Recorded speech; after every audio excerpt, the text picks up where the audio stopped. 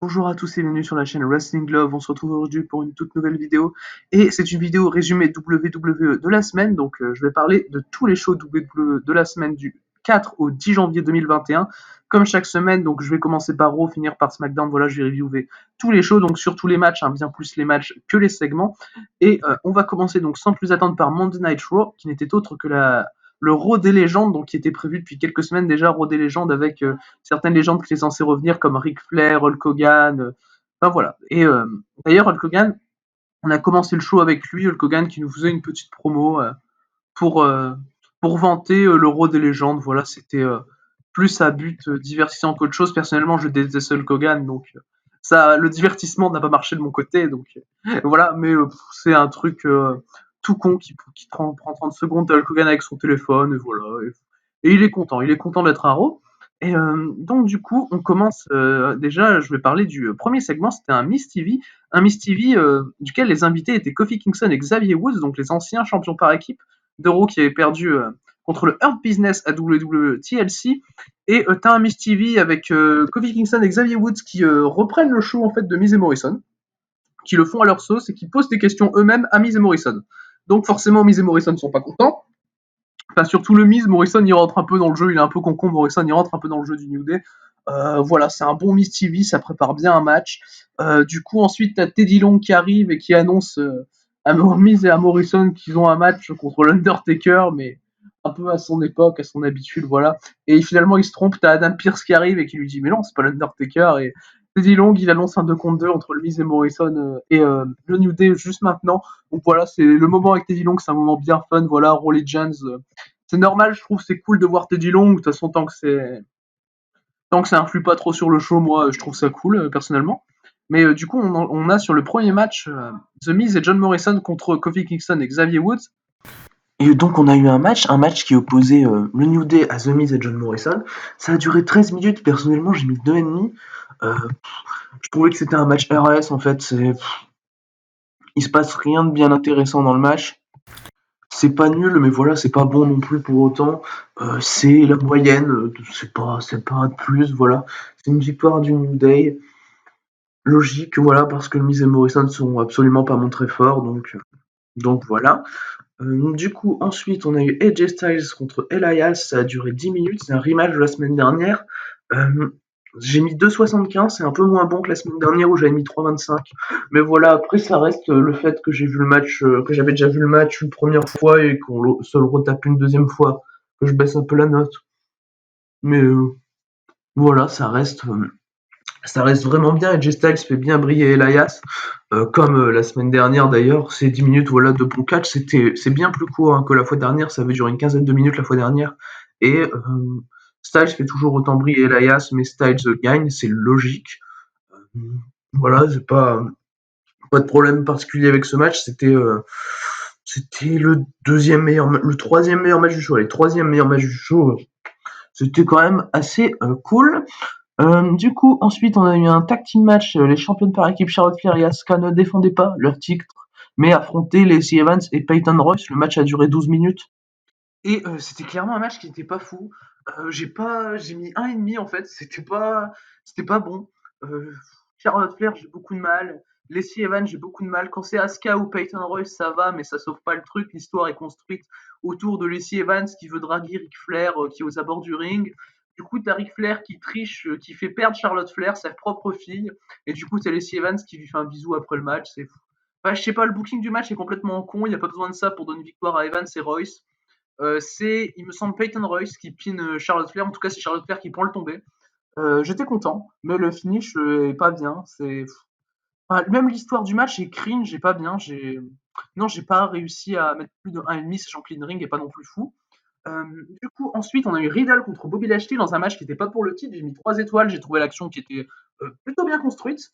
Ça a duré que 9 minutes, malheureusement.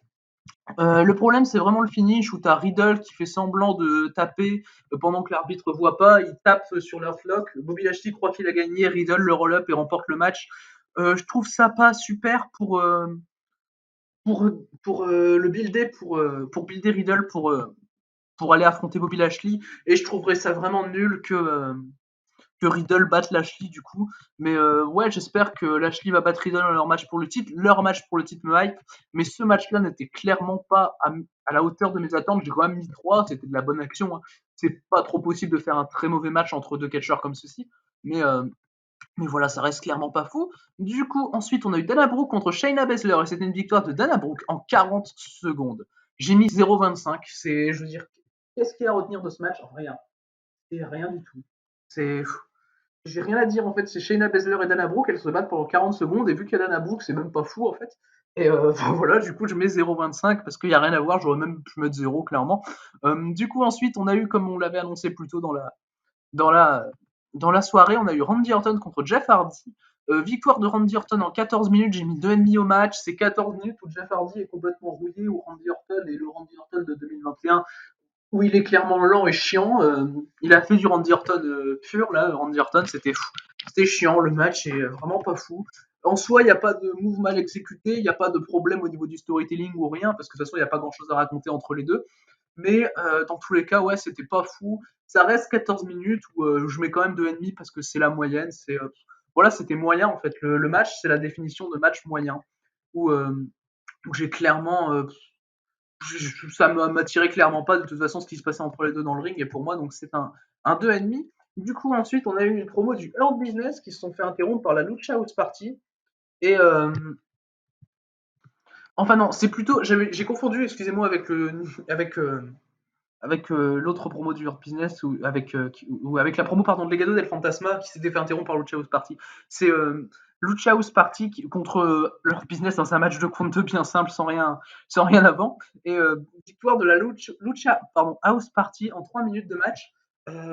J'ai trouvé ça pas fou, c'est 3 minutes de bon catch, mais voilà, je mets un 75 parce qu'il n'y a rien de spécial à voir. C'est la Lucha House Party qui gagne et Lince Dorado qui bat Shelton Benjamin. Voilà, on garde fort Cédric Alexander. On sent clairement qu'Alexander est plus un projet que Shelton Benjamin et ça se comprend au point de vue de leur âge, qui est quand même bien différent. Mais enfin voilà, c'est victoire de la Lucha House Party RAS. La Lucha House Party, c'est pour moi les prochains challengers au Hurt Business pour les championnats par équipe d'Euro. Et c'est pas pour me déplaire, hein. Du coup, après le match, t'as quand même MVP qui passe un coup de gueule à Benjamin et Alexander pour qu'ils s'entendent. Et vraiment, ils sont au bord de se battre, Benjamin et Alexander. Et tu sens qu'il y a clairement une petite tension entre les deux depuis quelques semaines. Et je trouve ça super cool. Là, t'as MVP qui fait le daron, qui essaye de les réconcilier, mais ça marche pas trop pour l'instant, donc à voir ce qui va se passer.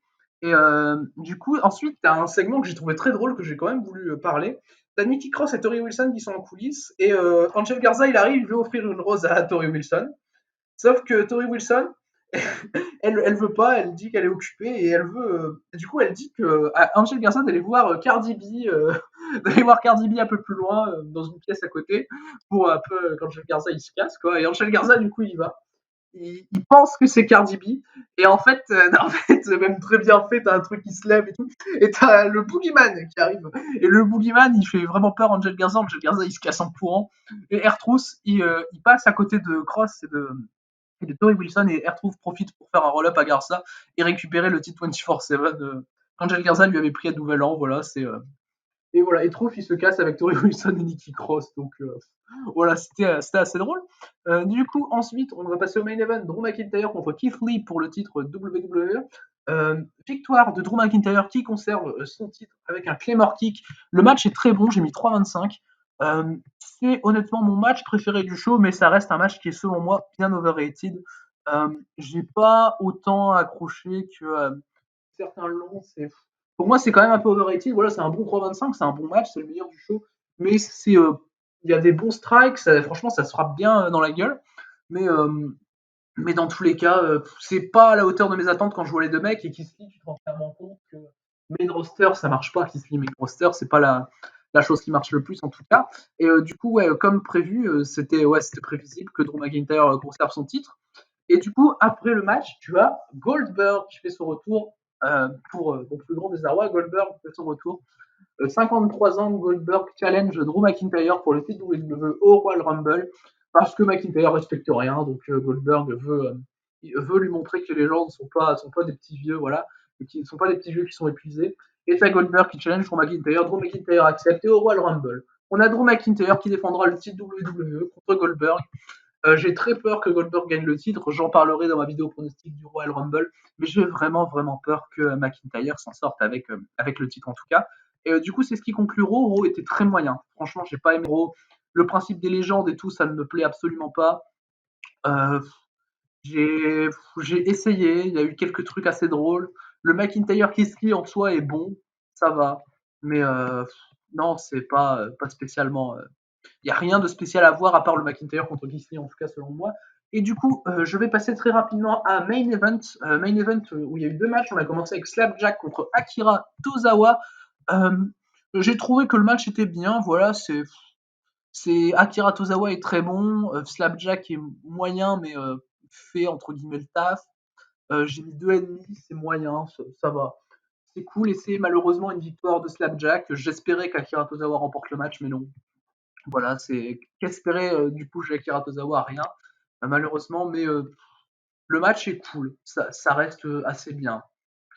Ouais, non, c'est pas nul, c'est un bon match de main event en tout cas, et on va passer à un très bon match de main event. On a eu Ricochet contre Drew Gulak, donc ce qui m'a été bien.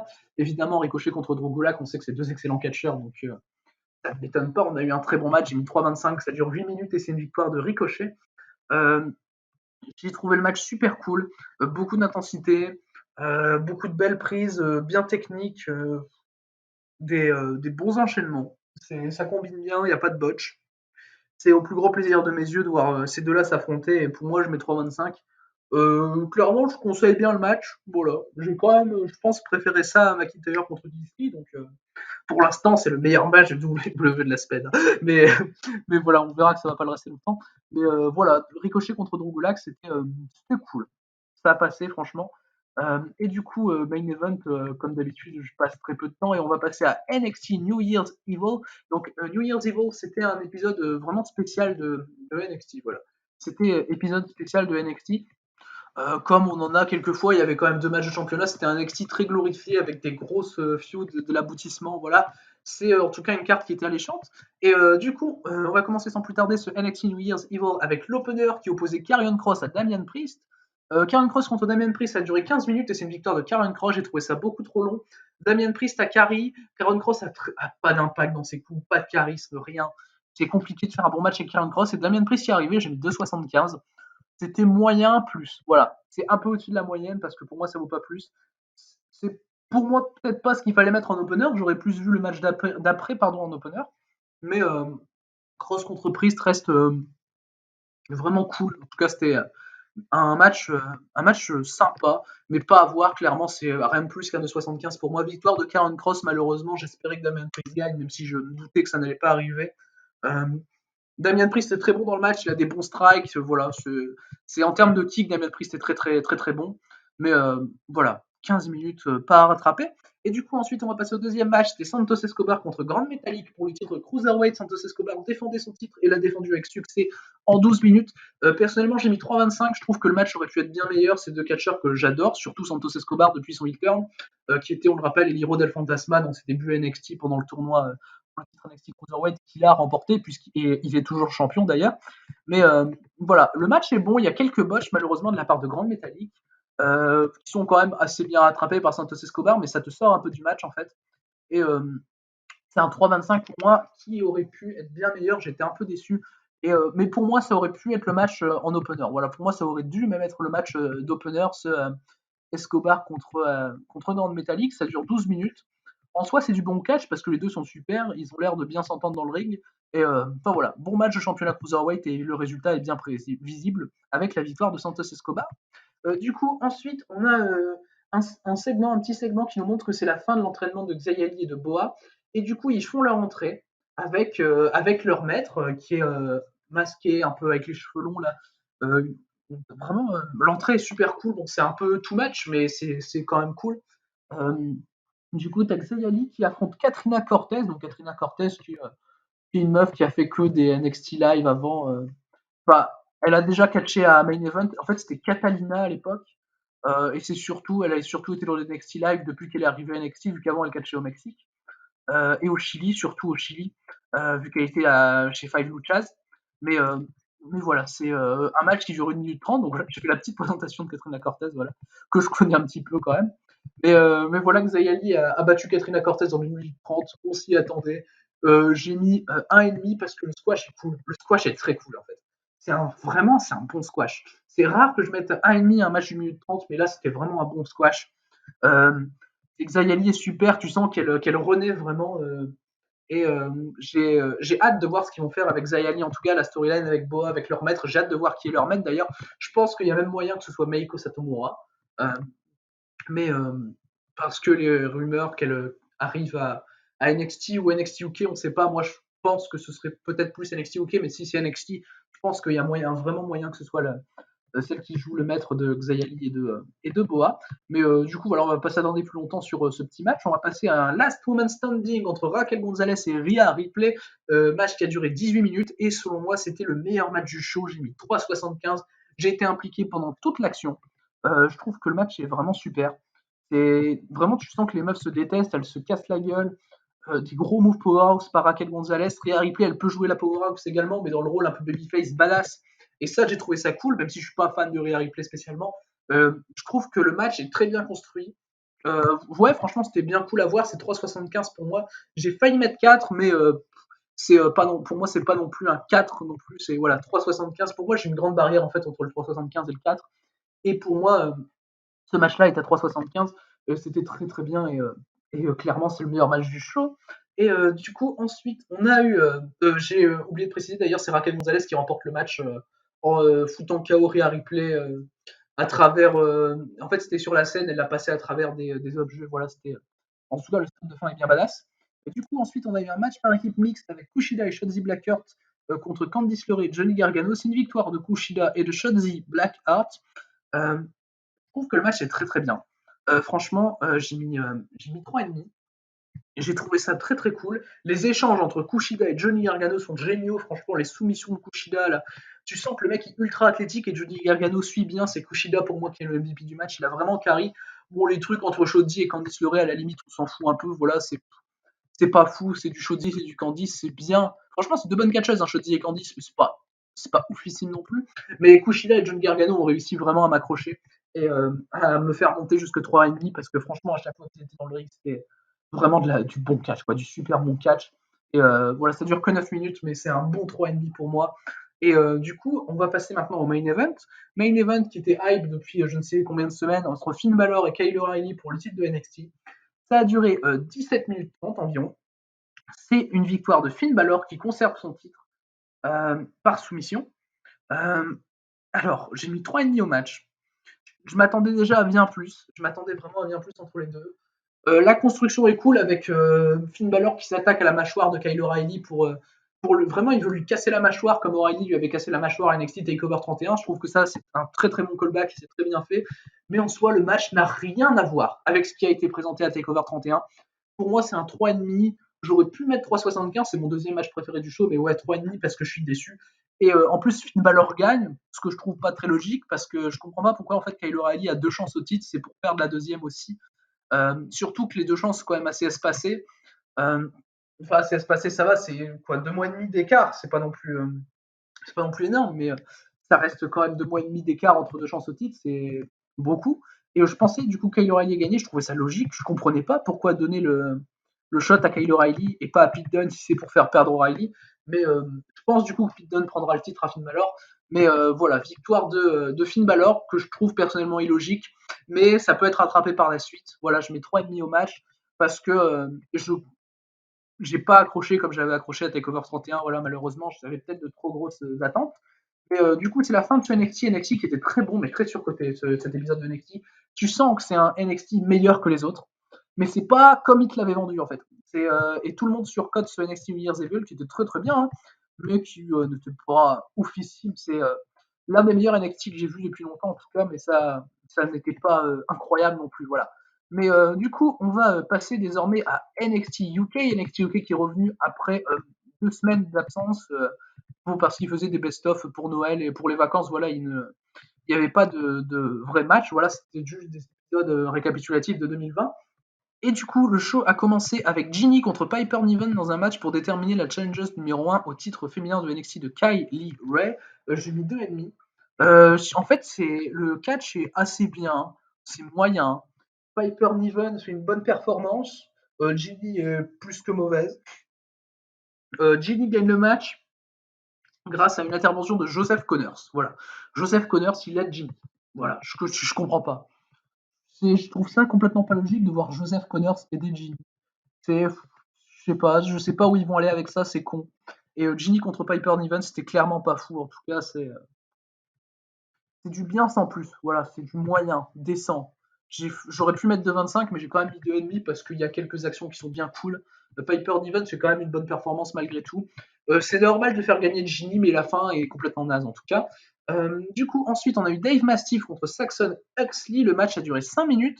Je trouve ça peut-être un peu trop court pour ce qui a été présenté. J'ai mis 1,75 parce que clairement, tu ressens que les deux mecs sont pas ouf dans le ring. Euh, que dire de ce match? En fait, il n'y a rien à dire spécialement de ce match. C'est une victoire de Dave Mastiff qui est logique parce qu'ils n'allaient tout de même pas faire gagner Saxon Huxley. Saxon Huxley, c'est loin d'être un projet. C'est juste un mec qui essaye de faire paraître fort mais qui perd tout le temps. Et Dave Mastiff, il y a des petits trucs à construire, je pense, avec lui, même si c'est loin d'être un excellent catcheur. Hein. Mais voilà, victoire de Dave Mastiff en 5 minutes dans un match plus que moyen. J'ai mis 1,75. Il n'y a rien à retenir clairement de ce match. Et du coup, ensuite, on a eu les Supernova Sessions de Noam Dar. Euh, qui invitaient. Enfin, on les a eu, il me semble, avant le Mastiff contre Huxley. Et j'en parle parce que juste après, parce que le main event, je parle des Supernova Sessions pour amener un peu le contexte du main event surtout.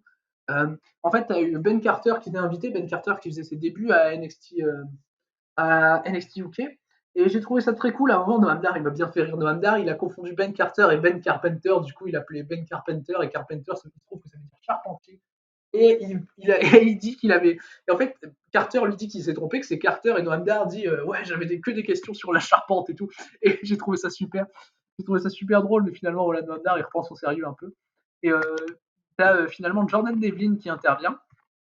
Et t'as un peu un petit duel avec Ben Carter, avec Noam Dar, voilà, Devlin. Et Noam Dar défend Ben Carter. Et on finit avec Ben Carter qui obtient un match de championnat NXT Cruiserweight. Sid Scala arrive et lui autorise le match dans le main event de ce soir. Et du coup, le main event, Jordan Devlin contre Ben Carter pour le titre NXT Cruiserweight. C'est Jordan Devlin qui défend avec succès son titre en 13 minutes.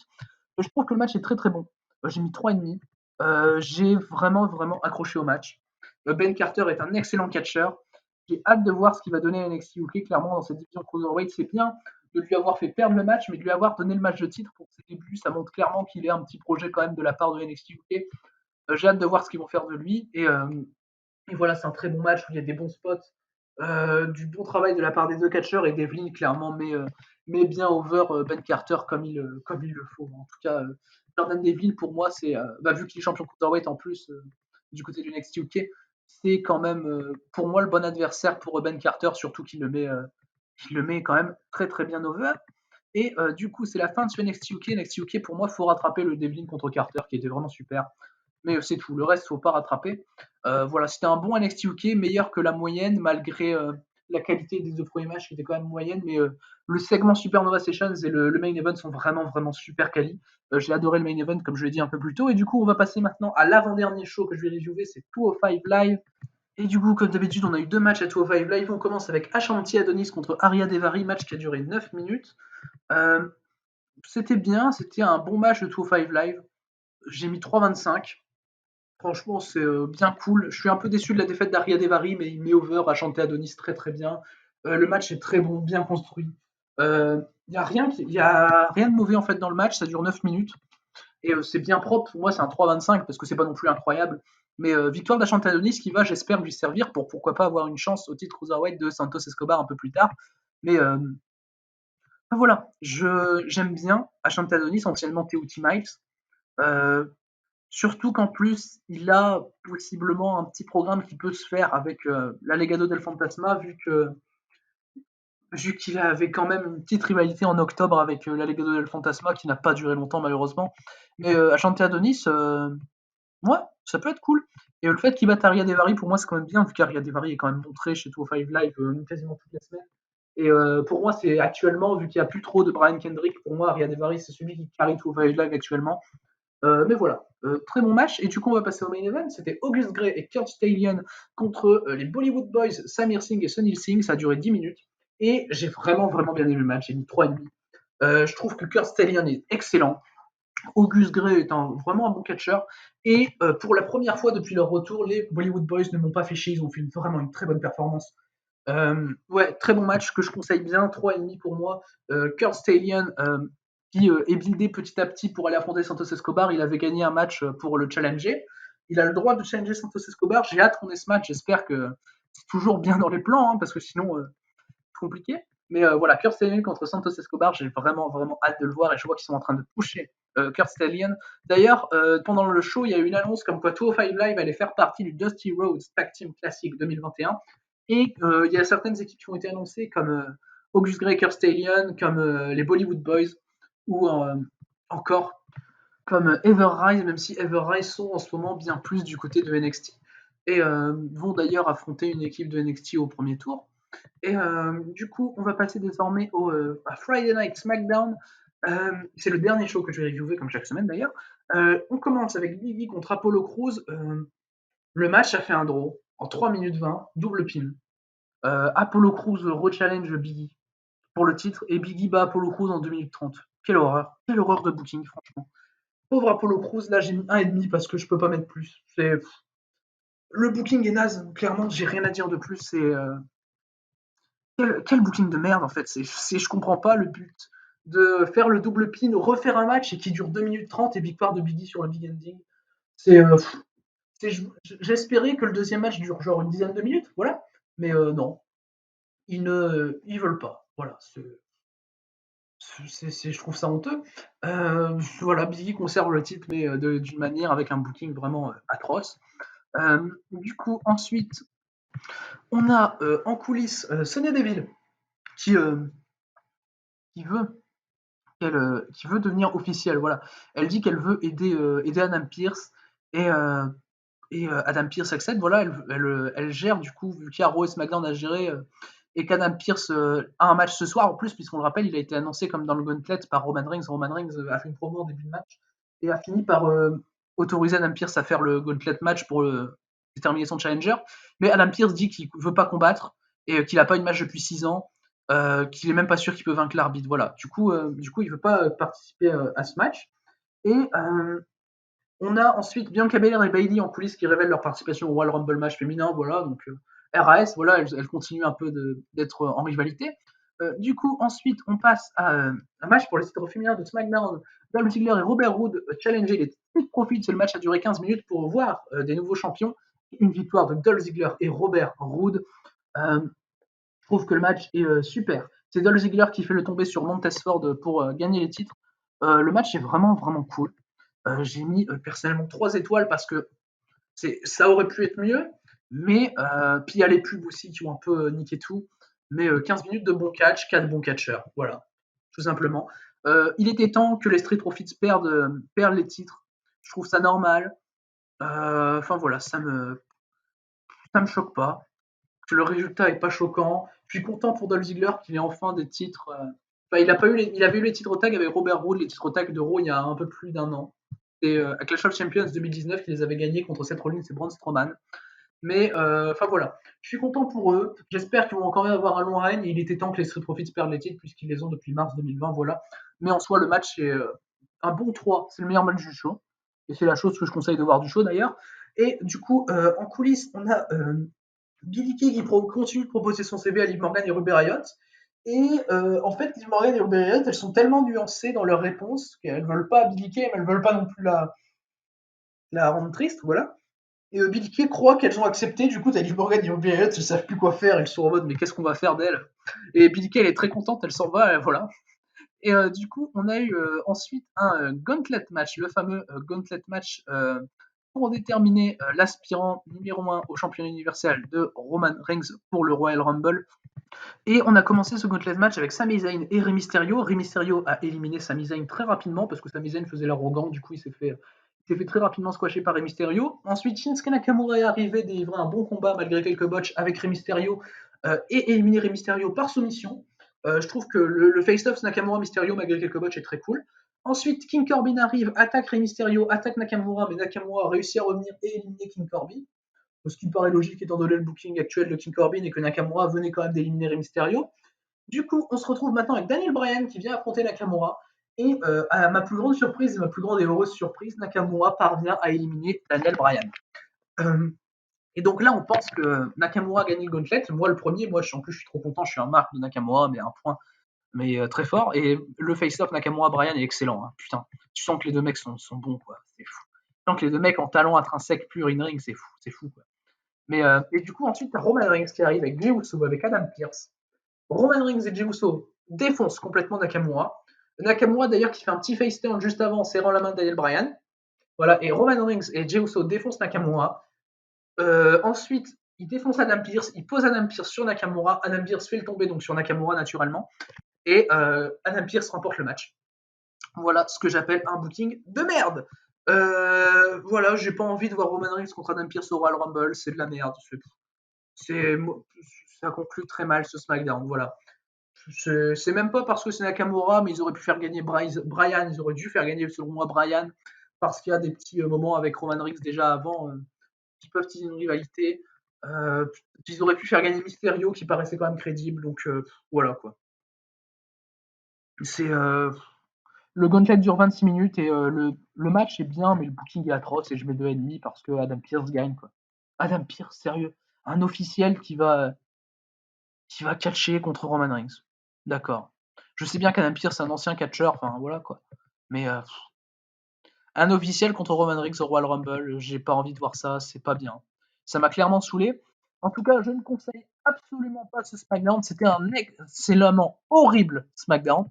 Voilà, j'ai fait un petit jeu de mots, c'était vraiment horrible ce SmackDown. C'est excellent, mais si on part du bas, quoi. C'est